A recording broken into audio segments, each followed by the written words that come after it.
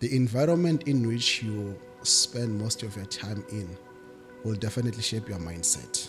When you go to Kasi school, Yeah.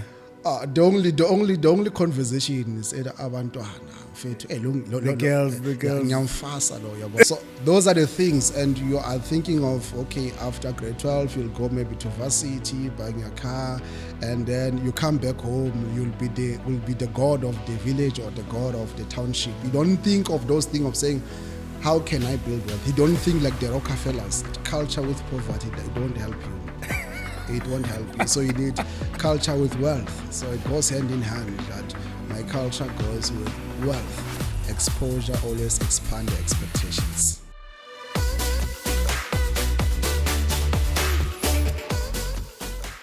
Welcome to another edition of Mindset Profits. Let's have some fun and talk financial literacy with the man, Treasure Khoza, back on the podcast again. Welcome, man. Thanks a lot, man. I've been looking forward for this day.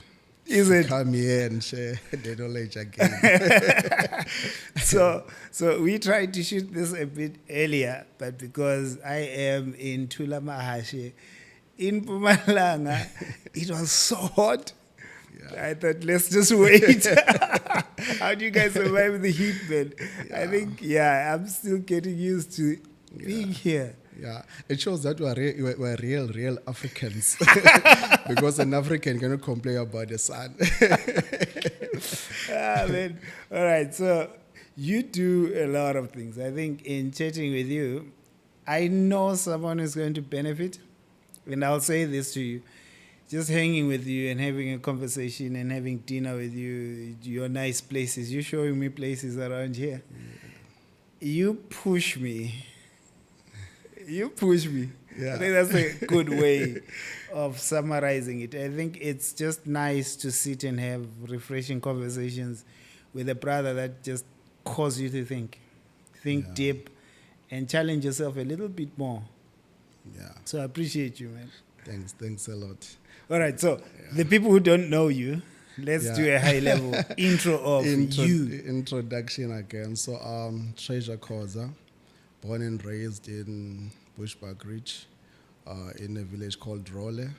Mm-hmm. So, they say we are in the province of Mpumalanga. So I have to believe that, because a few years we were under Limpopo, now we are in Mpumalanga. So, you're one of those. Yeah. On the demarcation line. Yeah. So I believe I'm in Mpumalanga. So I've been here for a very long time, doing business and also growing as an individual and also growing as an entrepreneur. One of the things which I've observed about our place is that we grew up knowing or believing that if you want opportunities, you have to go to Joburg and other places. But the big cities. Yes, but I have to say this: it's all about perspective. It's all about what you see, because you have a lot of opportunities also here at home. But if you cannot deal with your perspective, you cannot see all those opportunities. So you have to work out your mind. If you can work out your mind, then you can see what others are not seeing. So the economy is very big in this place. And we're also number one in terms of tourism. So you have to think around those corners. What is it that you can also do if you want to venture in business in this place? There are a lot of opportunities. We just need to work out our perspectives. The interesting thing is, I said, introduce yourself. You shifted to teaching. That's not an intro. That's now a masterclass. Yeah, because I want. You choose up to teach that much. Yeah, I want to present my hood in a bigger perspective, because many people, when they say I'm from Mpumalanga, in a certain village or a certain township, be like, those are the dusty places, no economy there. So I want people to have the bigger perspective of who we are in this space. Is that why you're still staying here? Because I observed something in the week that I've been here doing the workshops. A lot of people around here are building some super nice houses. Like, amazing houses. If I took photos and say, this is in a village, that person, if I take them to the metros, they'll say, you guys are poor. I'm living like you building mansions out here. Yeah, because at the other hand, the cost of living is not as higher like in other cities like Johannesburg. So land is cheap? Yes, the land is cheap. If you want to buy land here, the most expensive land can be around 30K. You see? That's like cheap. So we have those advantages. All right. So I know you've got quite a number of investments. One that actually intrigued me and pushed me as well is the private school that you've invested in. And you also invest in other businesses. But you said you invest in businesses that are local. Yes, yes. Okay. So I suppose anyone who's around here who watches, you can reach out. But today, you said throughout all these investments, you've made a couple of mistakes and you feel it's a good time to warn people Yes. in the field of investment. Yes, yes. So what yes. are we talking about? Okay, I'll focus more especially on the stocks, like investing in the stock market, but also taking it broader. But I'll start from that side because my exposure to investment started there. So the first mistake which I've made when I started to invest in stocks, it was to start investing without having a backup of emergency fund account and also backupping other areas that in case something happened, I'll have a cash to back up my investment. So Also, you had some cash and you invested all of it with no emergency fund. yes, yes, yes. Okay.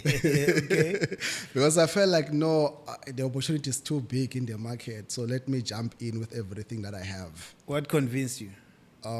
Remember, after 2019, we went to COVID, so the market collapsed. So Yeah. it was a good advantage for us to jump with everything that we have. And you know, when the opportunity is there, you only think of like, this is a big opportunity. You don't think of saying what will happen if maybe you will need more money if something happens. You don't think of that. So I jumped into the market, no emergency fund account, no backup in many areas. My only focus was on the market because the market, it was red and it was time to jump into the market. So I made that mistake. I jumped into the market and then I was enjoying to see growth there and there, growth there and there. And later on, I hit something.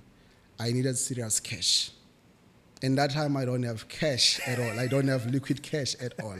Everything was locked up in the stocks. Everything's locked up in the stocks. And then now I have to choose whether to withdraw prematurely or maybe to find alternatives to go to banks and somewhere to borrow. But I said the best way is to go to the market and withdraw everything prematurely. And remember, I was not yet well equipped in terms of the knowledge behind the stock market. It was an opportunity just showed up and say, let me just jump in.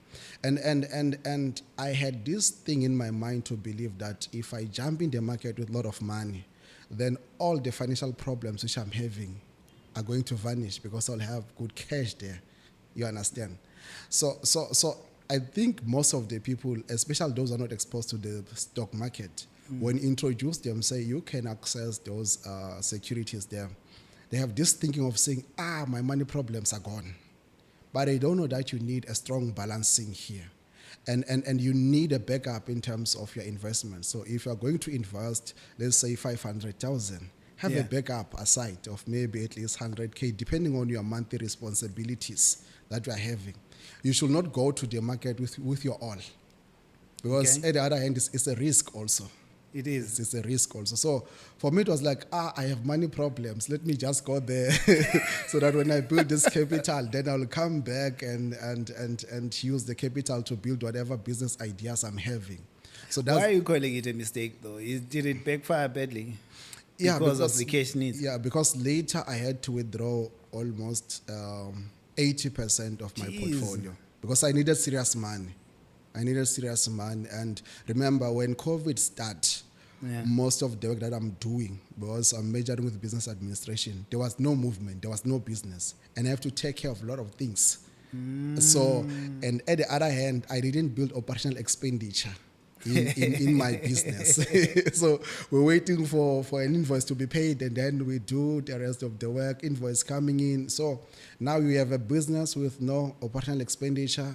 You have a person without a backup of emergency. Like, it was a mess. And a huge payroll. Yes, and a huge payroll. I have to take care of the workers and other staffs. So Then I had to go there. And even today, when I look at my portfolio, some days I don't want to lie, I regret to say I was not supposed to be here. If you had not touched that money. Yes. I was not supposed to be here, but because of that mistake of going there, maybe if I had built another stream of income to say this will be my backup, maybe the mistake. That's where I was going, because my thinking is, now that you know what you know, what would you have done differently in that context? The first thing it will be building a sustainable backup that can cover at least 6 to 7 months of my expenses. So that during that period, even if something happens, I have enough time to think. Because when you're under pressure, you don't think soberly. You just think of whatever comes in your mind, you can do it.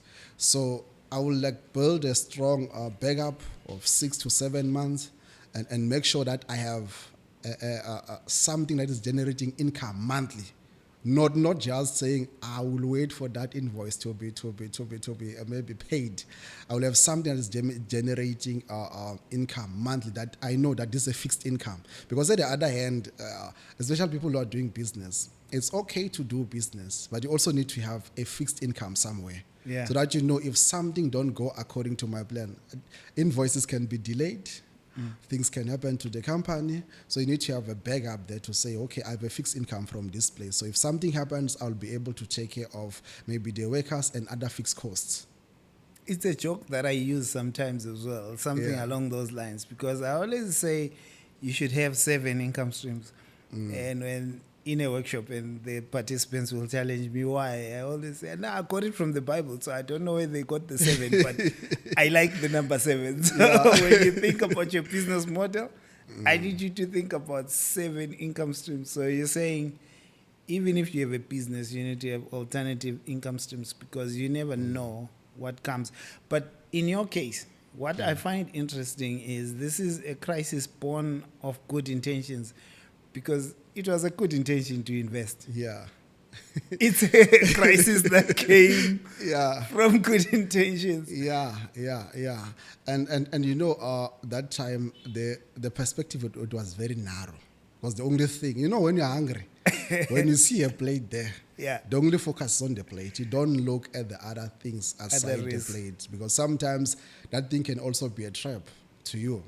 So I didn't assess other things. I will just say, let me go for this. And, this is a big opportunity. What if the opportunity does not come back again? So I just jumped in and started to invest more. The only thing that I was doing every day was to go and get cash and invest and invest and invest. My banks are empty. And I thought now I'm already a millionaire. Like that time I counted now I'm there. I'm there. Mama, I've made it. So no more hunger. So and I've learned something also out of this, that the market does not work based on your desperation. The market doesn't even listen to your desperation. So if you are desperate, forget about your market. Find something else, because the market does not pay attention to your desperation. That's some power, man. That's some power. Someone will learn from this. What's the second? So the second one, it was not starting early. And I know many people will say, okay, if you say you didn't start early, where will you get the information about the market and everything? This thing have changed my mind in a bigger context. Number one, the environment in which you spend most of your time in will definitely shape your mindset. So for me, I could not have this knowledge about the stock market because of the environment where I was. I was not exposed to such stuffs. And when you grow up in a space where you have a lot of disadvantages, the only thing that you think of is survival. So, and then when I was sitting, I have to think of it to say, if I had early exposure, I would be far by now. Okay. In terms of whether the stock market, whether the farming business that I want to venture into, a lot of things when I calculate them. But I said it also comes with the kind of education that you were catered to. You're exposed to, yeah.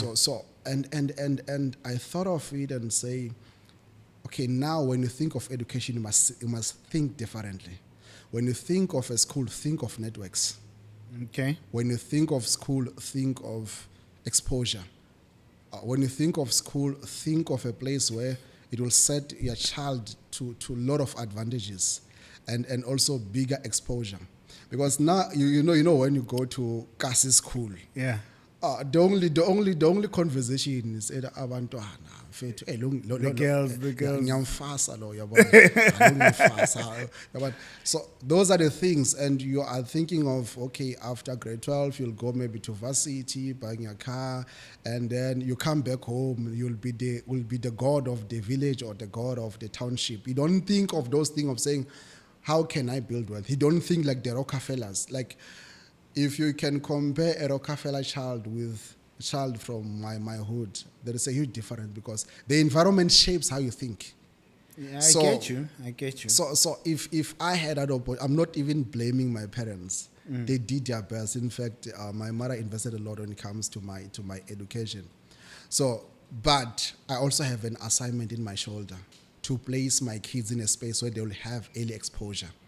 Okay. Where they will be able to know that the stock market is not for the rich, it's not for a certain color. You can access that thing even if you are still 3 months, even if you are still 1 year, you can still access that through your parents. I've heard that you started investing for your child when she was young, right? Yes, she was 3 months old. So your baby has got stocks. Yes, she owns stocks in different companies. So I remember one day we were working at ShopRite, and I told her, these are your workers. They are working for you. So that's you planting the seed. Yeah. I'm curious, what have you changed in your school? Because you guys have a primary school. We have, in number one, have introduced financial literacy at an early age, so that the kids, they will understand the system of how money works, not how to work for money. Because remember, our aim, it was to work for good companies, because we're trained how to work for money, not how money works. So we want to introduce them to that level of saying, understand that you can start investing at an early age. You can start to understand what is debt, what is capital gain, what is a return on investments. All these Okay. things, you can start to understand them early. In simple language. Yes. Were you not scared though to start a private school next to a village? Because the normal thinking, conventional thinking will be people here will want low price. But you went private school. Yes. No, it was not scary. What we did, we decided to build a model that is equal to the place where we are, because you could not adopt other models. For instance, I cannot adopt the model that guys from Gauteng are using, because that's a big city. So Okay. here you have to study your people from how much are they earning annually, then how do you put quality but using affordable price. So at the other hand, you need to make some sacrifices. there's a balance. Yes, there's sacrifices to balance that, because number one, you need a quality team Yeah. that understand the vision and also going to implement whatever you are putting on the table. So we had to invest in a quality team and also have affordable price. Okay. So it's doable as long as you take your time to study the market. Hence, I always tell people and say, don't make a product up until you study your market, because you'll have a good product, but the market to discover that they don't even afford whatever you have introduced. Just imagine selling Lamborghini here. you have to counter the roads first. Yes. All right, so I get you. You're saying environment will shape your thinking Yes. and your imagination, but I have a comeback for that, because you are growing up here. You went to school Here. and someone would argue that in the environment that you were in, how come you think different? How come you have this environment? Because you grew up in this environment. I don't You have this mindset, right? Yeah, I don't wanna lie, man. It took me years to break out from this cycle. It took me years, and the exposure came not from here. It came when I was sent to Witbank to study there, and that's where I've developed also this saying of saying, exposure always expand your expectations. So my expectations in fact, I didn't have expectations before. I was just saying, okay, I just want to start, get a good job, and then after that, I built my 7th room, my wife, good car, good music, we are done. So that exposure now, when it exposes me, I said, okay, this is how life looks like. And it's a process because becoming is a process. So I started to see life in a different way. That's why some of the people that I grew up with, I've never maybe had fights with them. I outgrew them. Like even if we were sitting, you can hear that the conversation They are is no longer on different. the same frequency. We have different approaches in terms of life. What is it that we want? Because this one can come and say, hey, Ziwapi. And that Yeah. time we're not thinking of the next deal. So Ah. my exposure didn't exactly come from the village. It came after I came out from the village. That's why I also advise people to say, be in the village, but don't allow the mindset of the village to imprison you. Okay. No, I get you. So you're thinking with this particular mistake, because to reference what you said, you should have started early if you had Yes, early exposure or yes, better early exposure. yes, yes. Do you think that it wasn't down to you for the most part, because Yeah, you yeah. didn't control where you were born? Yes, and I love the point that you are raising. Now it shows me that when you raise your children as a parent, you also need to think between those lines because there is a time where the decision of my daughter or my son will depend on me. So I have to make a decision which is going to influence the next 50 years of your future or his future. So, but I think my parents have limited resources back then and also how they grew up, you understand. They didn't know better. Yeah, they didn't know better. So for me now, because they set me up in that level, I also need to do better for my kids because I cannot repeat the same thing and say my kids have now to regret, say, we wish you started early. And then what was your father doing then? You see, so that's why you see, even my daughter, I made sure that I opened the account early as 3 months to say I'm going to buy stocks for her, and then I'll be teaching her. I'm sure you've also noticed in my car we have an ATM there. Yeah, Yeah, so you said yeah, a yeah, bank yeah, little thing for your daughter. yeah. So she's saving there, and I'm teaching her how to save and teaching this money concept practically because I can't introduce her to big concept at that young age. I have to do it practical. How do you teach her not to have the mindset of the village? The first thing that I did, it was to set up also the environment in the house, how she behaves. There are certain principles. There are certain things she cannot do. There are certain things that she cannot say, and also making sure that you play around here, but make sure that you follow whatever we're living inside here. So you are in the village, but you belong in the house. So you don't rule by the village, you rule by the rules of the house. So when it comes to money, I make sure that I bought different stuffs for her to say, you put money here, you put money there. And she'll likely to ask me and say, when are we going to spend the money? Because the mindset's all about we're saving this to spend. I said, no, don't know how to spend it. And I remember last year we went out. So we went out and the whole day we're just enjoying ourselves. So when we come back, she was telling me and say, next time we return to the same place, but I'll be the one paying. So he started to save, and she's still saving towards that and say, we'll definitely go back there, but I'll be the one paying when we go back there. Wait, how old is she? She's 6. She wants to take the bill. Yes.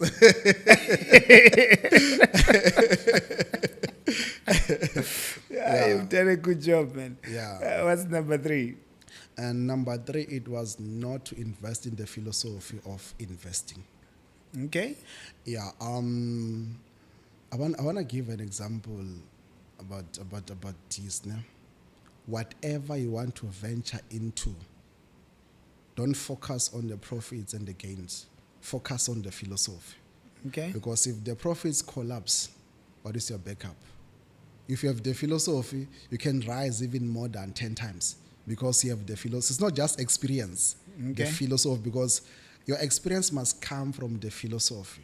So you have like your Warren Buffett, one of the greatest investors in the stock market. you study that guy, you see that the guy is not just going to the market with his emotions. He has his own philosophy. So for me, I didn't have the philosophy of the market. I didn't have the philosophy of the business. I just wanted to invest and see things growing because I've invested. You see? That's what most people I know are doing. Yeah. So How did you get the philosophy? How did you go about educating yourself on that?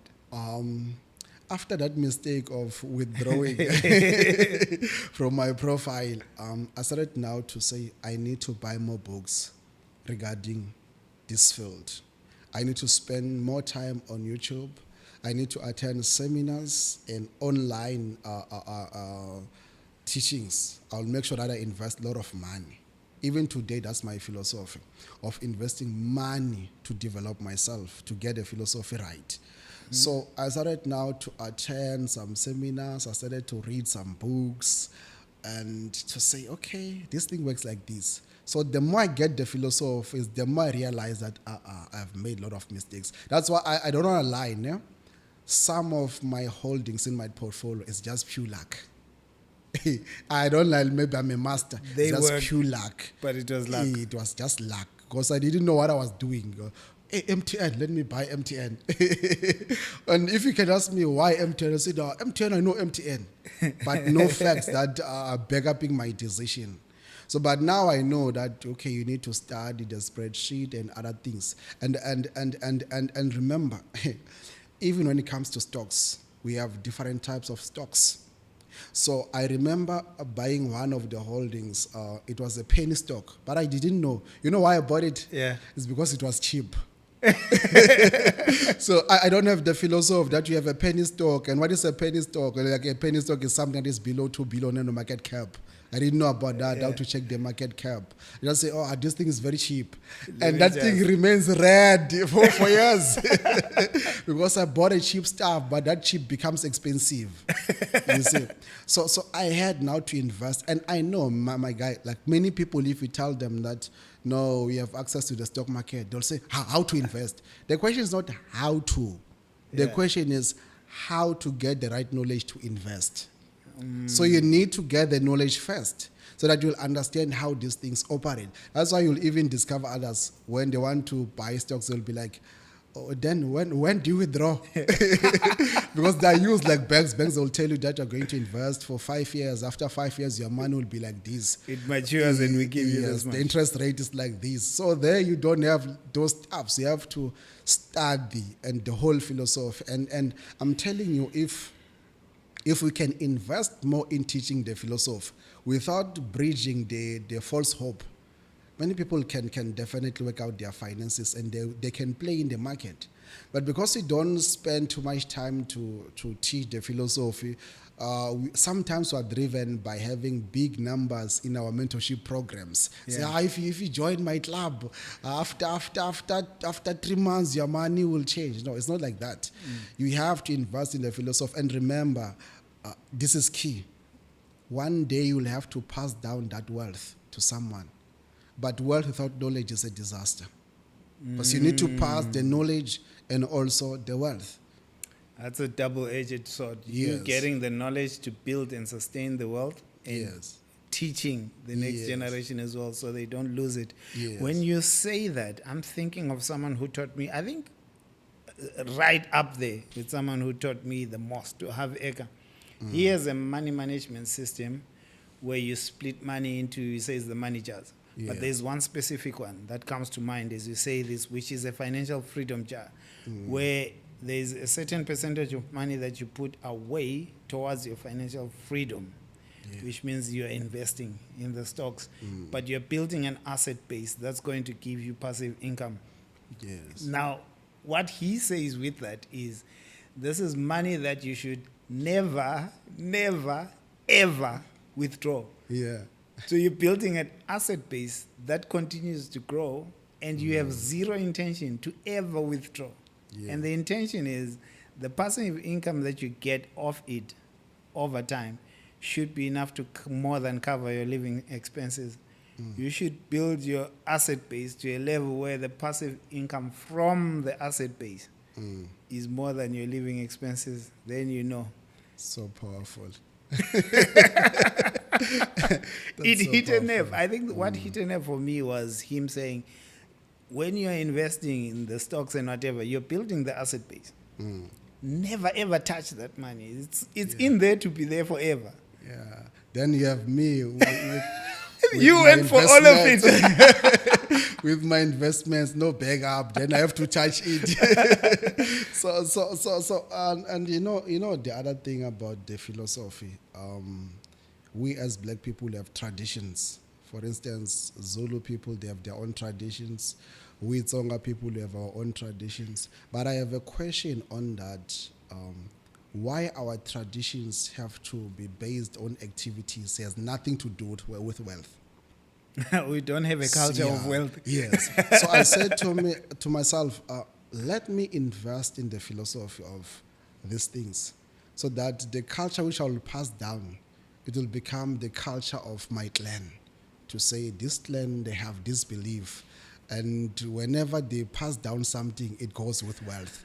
Not just to say, if you're a Tsonga person, when you greet, you kneel down, those things. Yeah, but and I'm So not. it switches to, as a Tsonga person, this is how you manage wealth. Yeah. So, and I'm not bashing our culture. I love my culture, but culture with poverty, it won't help you. It won't help you. So you need culture with wealth. So it goes hand in hand that my culture goes with wealth. So I had to invest, and I'm still investing more in this philosophy of investing, how it works. I studied the Rockefellers, because the guy is also one of the best guys that I follow. You always talk about the Rockefellers, Yes. even the last time we were together. Yeah, I love how he built his family wealth, and to the point where they have their family bank. So just imagine now we are the Khoza family, we have our own bank. But it must go with the philosophy, because obviously there is a certain influence within the township, there's a certain influence within the village, and people are for flashy stuffs. I'm not against wearing gold, it's good to wear gold, Yeah. but you need to have that kind of philosophy to say, we as the Khoza family, this is our philosophy when it comes to wealth. We need to have a sit down annually, maybe twice, to talk about the future of the family, how do we go forward? All those things, they need a philosophy. So hence I had to invest more in the philosophy, because the philosophy is something that it won't die. Even if they lose the man, if they have the philosophy, they'll rebound again. Jeez, man, you're pushing me even now. I need to have a family meeting. What's the last one? The last one is failure to diversify. So I'm going to be broader here. Diversification in terms of the JSE, or the what's so called the stock market. Yeah. There is diversification that you need to do there. For an example, starters, they need to focus on ETFs when they start, because ETFs, they don't need work of researching. Yeah. And ETF have a lot of advantages, because if you have maybe your S&P 500, this is the largest companies in America. So if one's not performing well, the other one will be performing well, to give your holding an advantage. So for me, I'll just wake up MTN, KP Tech. I just buy. I Just don't buy know what companies because you recognize the brand. And I don't even know whether this company belongs to the retail industry, because diversification sometimes in your portfolio, you should also be done based on industries. For an example, you know that the population is growing. Food will always be on demand. So you'll say, okay, let me put 3 companies on the food industry, because food will always be on demand. There is no AI that will replace food. We'll always need food. And then you said, okay, people will always need medication. Let me get 3 companies on the pharmaceutical space. Like, you diversify your portfolio to have a balance. You remember during COVID, there were companies which were not doing well, like the tourism industry was not doing well. So imagine if all my holdings are on tourism, it means my profile is so negative while others are growing. So if there is diversification, food was still doing well even during COVID, because no matter how sick we needed food. Yes. People eat. And then the pharmaceutical guys, they were doing well. The tech guys, they were doing well, because some of the guys were introduced to Zoom, and Zoom did well also. So that diversification is needed in your portfolio. But to have such a diversification, at the other hand, you also need to have someone who's knowledgeable in those things, to assist you to say, this is how you diversify your portfolio. So you can have maybe holdings in ETFs, other holdings in individual stocks, other holdings on bonds, other holdings in unit trust. So all those things will help you to balance your portfolio, and it is impossible for a portfolio to be working positively all. So you'll have red here, but green there and green there because you know how to diversify. So that's the portion of diversifying in terms of the stock market. But let's look at the broader world of investment. Okay. It's okay, you can say you want to go to the property industry, it's good. Yeah. But don't put all your eggs in one basket. You still have a lot of advantages. Have something in farming. Even if it means you don't own the whole farm, but you just say, hey, my brother, can I put a certain capital in your business, and then you give me at least 10% of the farm. It's okay. You don't need to own the farm. And sometimes you don't even need to understand how the farm operates. You just need to understand business operations only. And then you make a decision from there, because at the end of the day, every investment must go with a backup of knowledge of what's going on. Don't invest in something that you don't understand. I'm listening to your example and thinking you pretty much do have an advantage because you're here. Yeah. So farming is like a thing. But if I'm in a big city, it's not a thing. And it's not something that comes to mind when someone is thinking, let me just diversify. Farming is number 20 on that list. If I was to say list ideas, does it have that power here? It has a lot of power here. When you look, number one, this place, it has good soil, produces good food, a variety of food here. Like most of the things that you guys are buying on cities, we don't buy them here. We buy because we are lazy. But our soil is too good to produce like a lot of things that you eat on a day-to-day. For me, Woolworth is my farm. It's not a second shop somewhere. It's my farm because I can plant those things. So, but we need to liberate our people from this chain. Farming is not for poor people.